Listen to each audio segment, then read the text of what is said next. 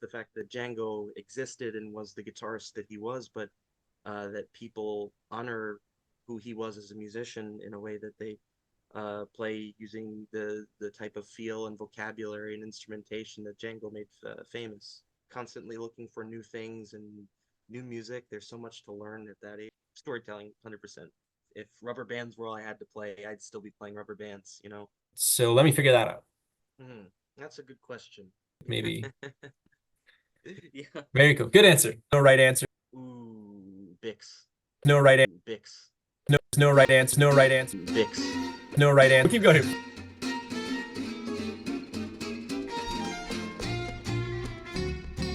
Welcome to the short chat with Sam Farthing. I am Tyson Bidrick, and this is our chance, all of our chance here to chat a little bit with Sam. We are bringing him alongside Jimmy Grant and friends to the Old Church in downtown Portland.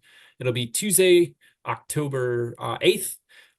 We are super excited to have you, Sam, and also excited to have a little time here today to chat a bit. So thank you for your time. Thank you so much for having me. Welcome. So we're going to just get right into it here. How did you find your way to swing music? And how did you find your way to Django Reinhardt's music and the music of contemporary folks in the jazz manouche or gypsy jazz scene? So that's pretty much my life story. You know, I started early with some exposure to music. My father played some guitar.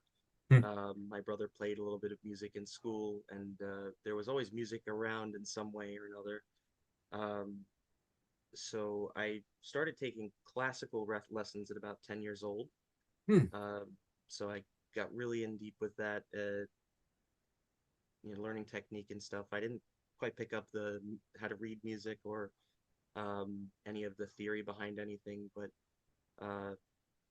that's when I started to love the guitar in the way that I do now. So after a couple of years of exposure and continuous, guitar in my life, I'm on the internet and YouTube, and I'm constantly looking for new things and new music. There's so much to learn at that age. So I find Django's music and uh, people playing Django's music. So it's not just the fact that Django existed and was the guitarist that he was, but that people honor who he was as a musician in a way that they play using the type of feel and vocabulary and instrumentation that Django made famous. So awesome. That took me, and I've been hooked. Yeah. And now that you're in your 20s, and seeing your name pop up in all sorts of places. I'm from the Midwest originally, and so I'm super stoked to see you be playing in Madison, Wisconsin at the Midwest Festival too, I believe, this year. And for those who are unaware, Sam will be at in the Pacific Northwest a couple weeks before the concert here in Portland. He'll be up in Whidbey Island in Langley at the Django Fest Northwest. And first time I got a chance to hear you play was there, and excited to see you again there. So yeah, so excited for that. Yeah. So when folks in music have success relatively young in life, like yourself, oftentimes a lot of other people forget that this success is hard earned, right? Through woodshedding, putting the time in on your instrument, the time in listening to, like you said, the folks honoring Django or the musical heroes that we share, and then really listening to the sound that you personally are aiming to achieve. It seems to me you're a pretty quick study at some of this stuff with pretty good musical ears, especially around, again, the music that you enjoy and that you're drawn to. Do you often learn technique, or like, do you drill technique first for its own sake, or does the technique almost require the context of the song or like the motivation to learn it? That's a good question.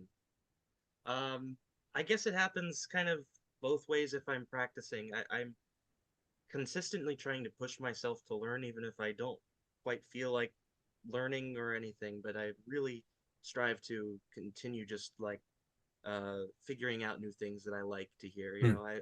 I always love listening to music, and through listening to music, I figure out what I want to play like, or have a clearer direction. So maybe I will try to tackle some individual like licks, and that becomes its own technical exercise or study, Sure. that Okay. I might not understand for months or years at a time until one day it clicks. But I try to learn those things and play them over and over again, and get better at each time, even if it's just a little bit. So that becomes a technical exercise. Um, but I usually try to learn things like if I'm learning uh, solos, I learn the full solo usually. I like to understand the context of everything that's going on. Um, that it, Listening to the whole song over and over again and learn like getting into the very tiniest of details. Um, like you just understand the music way differently, versus if you just are grasping at something, you might not get the full idea of what's going on musically because, um, for example, if I'm learning a solo by Django and I have to slow down and I'm figuring out every individual note, I'm also hearing the bass player, I'm hearing the rhythm Mm, guitars, and I'm hearing maybe a piano or violin or something going on behind the music that is guiding solo or whatever, and that is taking the Django solo, but then putting it on like a different level. It's there's depth sure. around surrounding all of the Sure. So no longer is it like, oh, that's a cool lick. I'm gonna extract it from Django solo, and that happens over the five at the end of the bridge before we go back to the A section. So let me just take that out and then try it in seven keys and all these tunes and just like a Lego block, right? You're like, well, no, Yeah, what is the band doing, or why did he, what's the context or exactly. And that enables like full use, or be able to put that to use creatively. Concept. hmm, So Django, there's a lot of stuff of Django's that seems repetitive, and that is kind of repetitive in a lot of ways. But there's a lot of different things going on in the music, and Django's clearly has different things going on in his head, different scenarios, different chord changes, and yeah. yeah. So the reason you're drawn to a Django solo is something specific in that chorus, let's say. And so then once you discover technically how to execute it, then it's like, okay, well, what other tunes in this key that have similar things can I do? Or let me see if I can just run this through a bunch of keys. But is this a lick or a Grappelli or a Djangoistic thing that happens in an F major? So who cares that you would have to change your technique drastically in D major or E major for it? Hmm. Maybe just don't play it in those keys is one school of thought, whereas the other is like, no, you should be able to play this in all the keys. Do you think either one of those ways, or is it sort of dependent, like key specific licks or space specific licks on the fretboard? Yeah, on guitar, it's fairly simple. Like transposing those things for me Sure, is sure. is is fairly simple. And when I learn some like a concept, uh, I usually am not thinking about the same song. I'm thinking about like what other like songs am I going to be able to put, use this type of movement in, or like if it's something that's maybe a lot of notes, how can I make it so that it fits over a ballad tastefully, Ah, rather than just using the concept as like a direct copy paste thing. Like I learn this maybe a concept. If it's a quick thing, I try to understand it no matter what the fingering is. If I have one fingering the way that's comfortable for me, I might try to use other fingers too. Like if because my hands are going to be tired if I'm playing this live. uh I might need other ways to play to get things across because I'm not ready to use certain fingers or whatever. So huh. it's a good exercise to improvise because uh, I just have now more individual control over fingers rather than like phrase thinking. I can play a phrase a few different ways, fingered a few different ways on a few different places on the guitar. Given I know the phrase and I'm comfortable. I can play it anywhere on the guitar. It That's really great. So alternating the fingering, but keeping the same phrase in the same key, in the same tempo, in the same harmonics. It's like, okay, what if I do this sort of string crossing or this sort of Yeah, fingering? it's less intentional though. Honestly, it's less intentional. Some things I run that I like some arpeggios or whatever that I find concepts that I try and run over and over again. Um, like my fingers will get tired, or like I just know where my fingers are supposed to be. I know I can visualize the fretboard or like feel it, like even though I don't even have it right now, but I can visualize that. And my fingers are gonna get tired after running this. I can literally run these concepts where I'm playing like uh I timed it the other day. I had this idea that's about 14 notes per second, and I can run that for hours at a time, taking like little breaks and like kind of trying to forget about that and then going back to it and then keep running that for hours at a time, and my fingers get really tired. And so Sure. I know the space that I'm dealing with. It's just I need to like get better at continually getting better at like using my fingers in different ways so that I can just pick things up. I don't need to rely on the same exact finger Right. as on the guitar or And then there's no premeditation in your improvisation. You can actually make it more like spontaneous, right? And if you exactly. happen to find yourself where this fingering works but another one wouldn't, then you Mm-hmm. can use that, right? So it's Yeah. less premeditated and more spontaneous. That's really Mm-hmm. really cool. So I guess the answer between, is the song context or the technique come first? Is, I guess the answer is both. It depends, right? It Perhaps. depends. Great answer. It's not a like I don't see it as like a method. It's Sure. I'm a musician and I'm trying to take everything I can, just do whatever I think I can accomplish. So Sure. yeah. Makes sense. Makes sense. Well, cool. Yeah. And hinting this a little bit, just whether or not you find yourself as in this world as a musician who enjoys communicating, expressing, collaborating, or a guitarist, right? So I've noticed you take on the violin recently a bit. It's Mhm. early days, mostly self-taught stuff. Really cool. But as Evan Price said, stay in your lane. You don't need to take all of our jobs just quite yet. Thank you. So your musicianship is shining through even in the beginnings of your violin playing. And so a bit rhetorical, but like it begs the question, when you're find yourself in that sort of flow state, playing well, generally on your guitar, is the instrument merely a vehicle for what you as a musician want to express?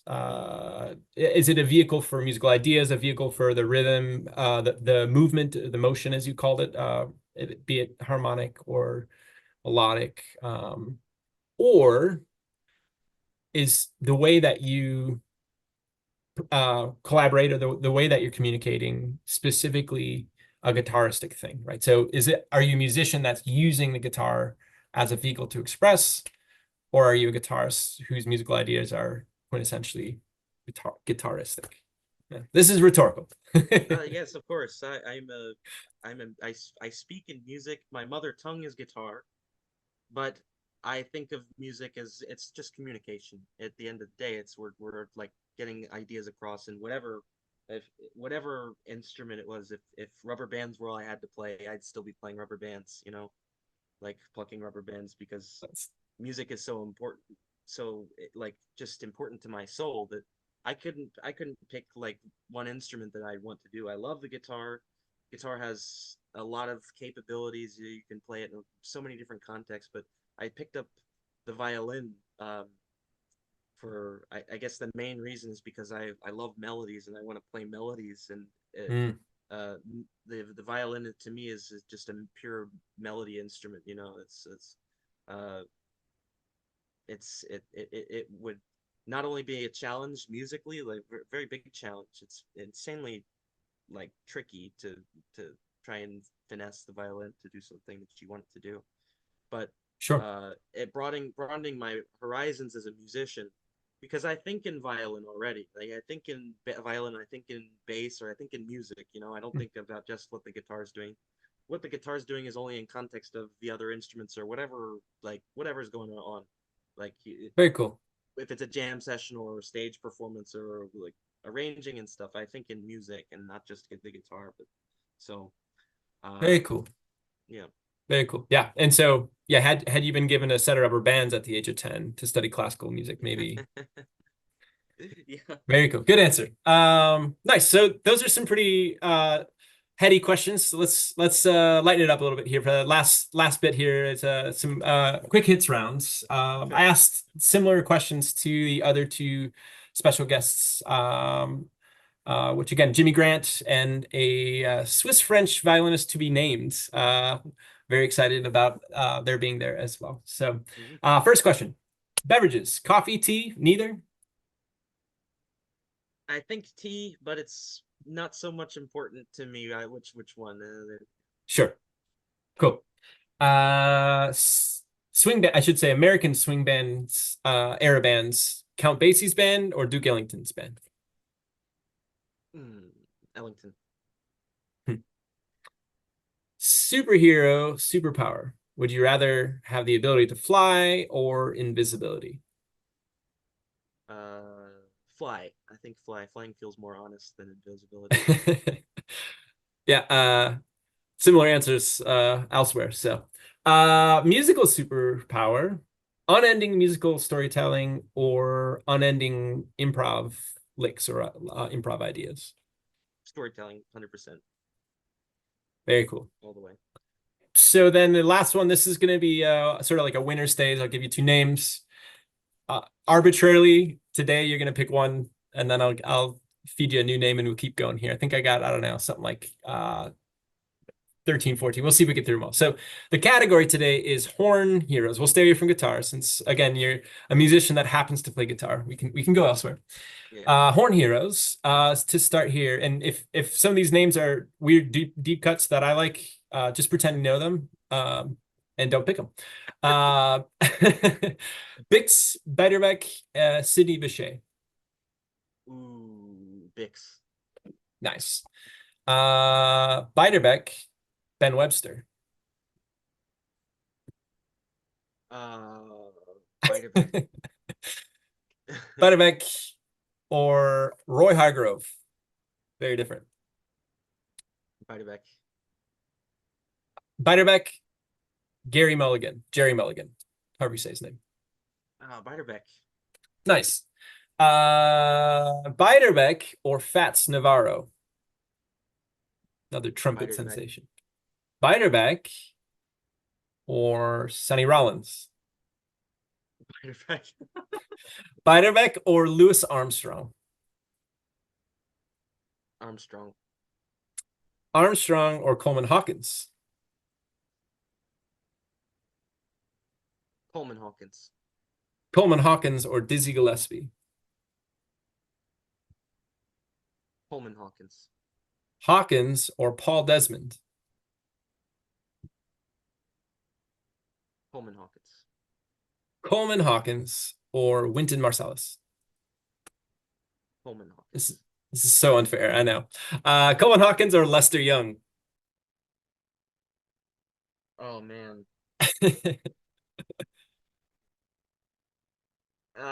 Coleman Hawkins. Coleman Hawkins or Charlie Parker. Charlie Parker. And that ends it right there. That's the last I name on the list. If you What had are you gonna Charlie do? Shavers there, that may have like changed Charlie things a Shavers. little bit. Okay. See, that's even deeper than yeah, than any of those names I just I had. love Well, Charlie Shavers. I love that. I'll have to listen to some more of that. So, well, thank you so much for your time again. October 8th, Tuesday, October 8th, here in Portland, Oregon. We've got Jimmy Grant, Sam Farthing, and friends. And if you are anywhere in the Portland area, I trust you. It will be well worth the visit. Sam, thank you for your time today. Thank And you I'll so see you much. up in Langley. All right. Sounds good. Cheers.